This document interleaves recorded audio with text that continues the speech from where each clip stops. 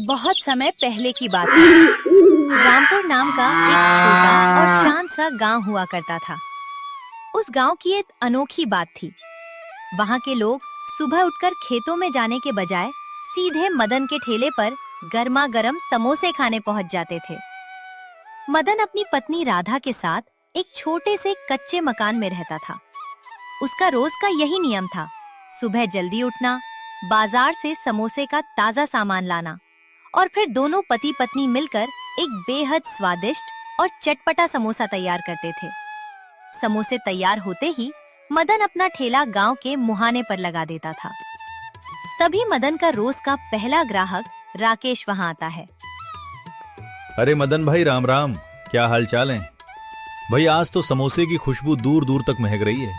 क्या बात है, आज कुछ खास मिलाया है क्या? अरे राकेश भाई, बात अब वैसी नहीं रही। अब इन समोसों को मैं नहीं बल्कि तुम्हारी भाभी छानती हैं। मैं तो बस आलू की पिट्ठी तैयार करके दे देता हूँ। अरे तभी मैं कहूँ कि आज समोसों में इतना खस्तापन और कुरकुरापन कहाँ से आ गया? भाभी के हाथ में तो जादू है भाई। चलो चलो, अब ज्यादा मक्खन मत लगाओ। ये बताओ कितने समोसे लगाऊं? अरे पूछना क्या है, जितना रोज खाता हूँ उतने आज भी पत्तल में सजा दो। मदन ने एक प्लेट लगा दी। राकेश अभी मजे से समोसे खा ही रहा था कि तभी गांव की एक बुजुर्ग दादी मदन के ठेले पर आई। उनकी उम्र का तजुर्बा उनके चेहरे पर साफ दिखता था। बेटा मदन, कैसे दिए समोसे? अरे दादी, राम राम। बैठिए ना, आपके लिए तो समोसा हमेशा तैयार है। मदन ने बिना रेट बताए दादी को एक प्लेट लगा कर दी।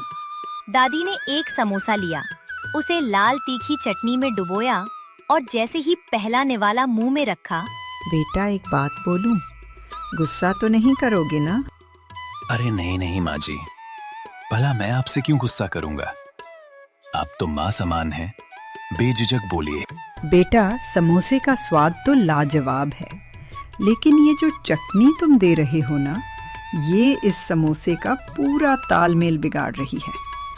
सच सच बताना, ये चटनी तुम खुद बनाते हो या बाजार से लाते हो? वो माँ जी, चटनी तो मैं बाजार से ही तैयार बनी बनाई ले आता हूँ। अब कौन सुबह सुबह इतना झंझट पाले? तभी मैं कहूँ, बेटा तुम रामू के बेटे मदन ही हो ना? हाँ माँ जी, मैं उन्हीं का बेटा हूँ। ठीक है, मैं आज शाम को तुम्हारे घर आऊंगी। तुम्हें और बहू को अपने हाथ की खास देसी चटनी बनाने की पूरी विधि सिखाऊंगी। फिर देखना तुम्हारे समोसों का स्वाद कहाँ पहुँचता है। अरे दादी, अगर आपकी बताई चटनी से समोसे का स्वाद दोगुना हो गया तो मैं कल से 2 की जगह 4 समोसे खाऊंगा। ठीक है माँ जी, आप शाम को जरूर आइएगा। कल हम आपके बताए ढंग से ही चटनी बनाकर लाएंगे। ठीक है बेटा, अभी मैं चलती हूँ, शाम को घर पर मिलती हूँ। धीरे धीरे दिन ढलने लगा और शाम घिराई। मदन अपना ठेला समेटने की तैयारी कर ही रहा था कि तभी गांव का रसूखदार और घमंडी जमींदार भैरव वहां पहुंचा। आइए जमींदार साहब, राम राम। बताइए क्या सेवा करूं आपकी? सेवा वेवा कुछ नहीं करनी मदन, मेरी बात ध्यान से सुन। मेरे पास कुछ पैसे हैं जिन्हें मैं कुछ दिनों के लिए छुपा कर रखना चाहता हूँ। तू ये पोटली अपने पास रख ले। ये आप क्या कह रहे हैं जमींदार साहब? आपके पास तो पक्का मकान है, तिजोरी है। आप अपने पैसे मेरे जैसे गरीब के कच्चे घर में क्यों रखवा रहे हैं? मैं ये पैसे नहीं रख सकता। मदन ज्यादा दिमाग मत चला, जो कह रहा हूँ वो कर। पैसे चुपचाप रख ले, वरना अच्छा नहीं होगा। देखिए जमींदार साहब, मैं सीधा साधा कमाने खाने वाला इंसान हूँ। मैं ऐसे किसी हेर फेर के चक्कर में नहीं पड़ूंगा। आप ये पैसे यहाँ से ले जाइए, मैं नहीं रखूंगा। अच्छा, तो इतनी अकड़ आ गई है तुझ में। इस ना की कीमत तुझे चुकानी पड़ेगी मदन। याद रखना, ये अकड़ मैं बहुत जल्द ढीली करूंगा। जो करना है कर लीजिएगा जमींदार साहब, पर मैं गलत काम नहीं करूंगा। जमींदार गुस्से में पैर पटकता हुआ वहां से चला गया। अब पूरी तरह से शाम हो चुकी थी। मदन ठेला बंद करने ही वाला था कि तभी शहर के 2 लड़के जो पट शर्ट पहने हुए थे, हाफते हुए उसके ठेले पर आए। वे काफी थके हुए लग रहे थे। अरे चाचा, शुक्र है आप मिल गए। हम बगल वाले गांव के बड़े बाजार में किराए का कमरा लेकर पढ़ाई करते हैं। आज पूरे इलाके में ढूंढ लिया, कहीं खाने का ठेला नहीं मिला। हाँ चाचा, दरअसल आज मेरे इस दोस्त का बर्थडे है, इसलिए हम कुछ अच्छा खाना चाहते थे। बर्थडे बाबूजी? ये बर्थडे क्या होता है? अरे चाचा, बर्थडे मतलब जन्मदिन, यानी आज ही के दिन ये पैदा हुआ था। अच्छा, जन्मदिन। बहुत बहुत बधाई बाबूजी।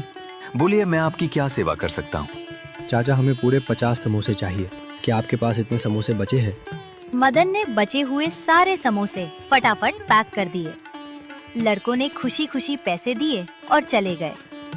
आज समोसे पूरी तरह खत्म हो चुके थे और मदन की अच्छी खासी कमाई हुई थी। वो खुश होते हुए अपने घर की तरफ निकल पड़ा। मदन जब अपने घर पहुंचा तो उसने देखा कि दादी पहले से ही वहां मौजूद थी और राधा से बात कर रही थी।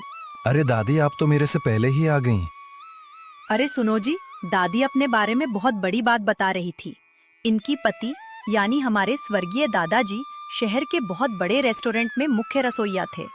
उनकी बनाई देसी चटनी के लोग इतने दीवाने थे कि ग्राहक दूर दूर से खींचे चले आते थे। हाँ बेटा, और वही हुनर, वही गुप्त नुस्खा आज मैं तुम दोनों को सिखाने आई हूँ। पर याद रखना, ये बात इस गांव में किसी और को पता नहीं चलनी चाहिए। मुझे तुम दोनों की मेहनत पर भरोसा है, इसलिए ये राज सिर्फ तुम्हारे पास रहेगा। दादी ने राधा और मदन को पास बिठाया और अपनी जादुई देसी चटनी की विधि बताने लगी। सबसे पहले ताज़ी हरी धनिया और पुदीने की पत्तियों को अच्छे से धो लेना। उसमें तीखेपन के लिए हरी मिर्च, स्वाद के लिए थोड़ा सा अदरक और लहसुन डालना। अब असली जादू शुरू होता है। इसमें थोड़ा सा भुना हुआ जीरा, काला नमक और सूखी खटाई की जगह कच्ची अमिया या नींबू का रस निचोड़ना।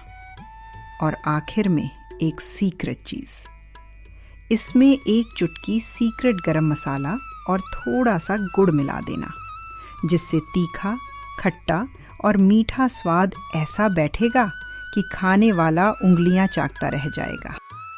दादी, आपका बहुत बहुत धन्यवाद। कल सुबह मैं इसी विधि से चटनी बनाऊंगा और थैले पर लेकर जाऊंगा। ठीक है बेटा, अब रात ज्यादा हो गई है, मैं चलती हूँ। तुम दोनों आराम करो। कल सुबह ये चटनी लेकर जाना, देखना तुम्हारे ठेले पर तहलका मच जाएगा। दादी आशीर्वाद देकर चली गई। मदन और राधा अगले दिन की तैयारी की उम्मीद में सो गए। अगली सुबह होती है। मदन और राधा सूरज निकलने से पहले ही उठ जाते हैं। दोनों पूरे दिल से दादी के बताए गुप्त नुस्खे के अनुसार चटनी तैयार करते हैं और साथ में गर्मा गर्म समोसे भी। थोड़ी ही देर में सब कुछ बनकर तैयार हो जाता है। मदन खुश खुश अपना ठेला लेकर गांव के मुहाने पर पहुंचता है और दुकान लगा देता है।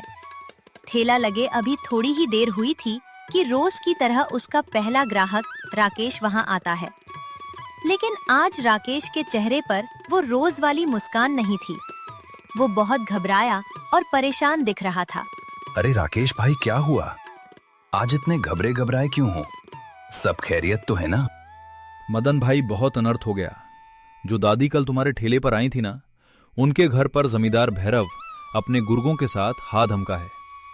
दादी ने कभी उनसे कुछ पैसे उधार लिए थे और आज जमींदार उनका घर खाली करवा रहा है। दादी को घर से बाहर निकाल दिया गया है भाई। क्या? ऐसा कैसे हो सकता है भाई? दादी तो इतनी भली और बेसहारा है। राकेश भाई, तुम एक काम करो, जरा मेरा ठेला देखना, मैं तुरंत दादी के घर जाता हूं। इतना बोलकर मदन बिना एक पल गवाए सीधे दादी के घर की तरफ दौड़ पड़ता है। वहां का नजारा देखकर उसका खून खौल जाता है।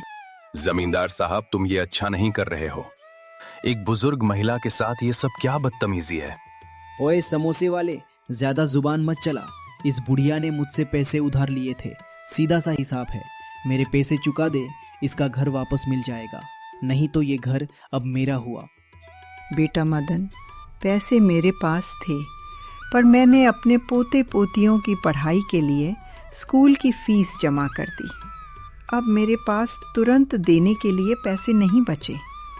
मैंने इनसे सिर्फ 1 महीने की मोहलत मांगी थी, पर ये आज ही आकर अपनी धौस दिखा रहे हैं। चुप कर बुढ़िया, यहाँ से निकल। और तू सुन रहे मदन, ज्यादा यहाँ बड़ा राजा हरिश्चंद्र मत बन, ज्यादा सहानुभूति मत दिखा। अगर तुझे इस बुढ़िया की इतनी ही फिक्र है तो इसे उठाकर अपने घर ले जा। दादी आप बिल्कुल मत घबराइए, उठिए और हमारे साथ हमारे घर चलिए। और जमींदार साहब याद रखना, बहुत जल्द दादी का ये घर पूरे सम्मान के साथ वापस मिलेगा। मदन तुरंत दादी का हाथ थमता है और उन्हें लेकर अपने घर आ जाता है। बेटा मदन, तुम दोनों मेरे लिए भगवान बनकर आए हो। भगवान तुम दोनों को बहुत तरक्की दे। मेरा ढेर सारा आशीर्वाद है तुम्हें। अरे नहीं दादी, आप हमारी माँ जैसी हैं। कोई बात नहीं, आप आराम से घर पर रहिए। राधा मैं चलता हूँ। मदन सीधे दौड़ते हुए अपने खेले पर पहुंचता है और राहत की सांस लेता है। राकेश भाई सब ठीक हैं। मैं दादी को सुरक्षित अपने घर छोड़ आया हूँ। अब कोई दिक्कत नहीं होगी। दुकान संभालने के लिए तुम्हारा बहुत बहुत धन्यवाद। चलो, ये तो बहुत अच्छा काम किया तुमने भाई। अच्छा ये बताओ, आज दादी के बताए ढंग वाली चटनी बनाकर लाए हो या नहीं? हाँ भाई, बिल्कुल वैसी ही चटनी बनी है। रुको, अभी प्लेट लगाता हूँ। राकेश समोसे को चटनी में अच्छी तरह डुबोकर जैसे ही पहला निवाला मुंह में रखता है, उसकी आंखें फटी की फटी रह जाती हैं। ओहो मदन भाई, लाजवाब, बेमिसाल, क्या स्वाद है। खट्टा मीठा तीखा ऐसा स्वाद मैंने आज तक नहीं चखा। मैं 100% गारंटी के साथ कह सकता हूं कि जो भी एक बार इस समोसे और चटनी को खाएगा वो अगले दिन दौड़ता भागता तुम्हारे ठेले पर वापस आएगा। देखते ही देखते मदन के ठेले पर भारी भीड़ जमा हो गई।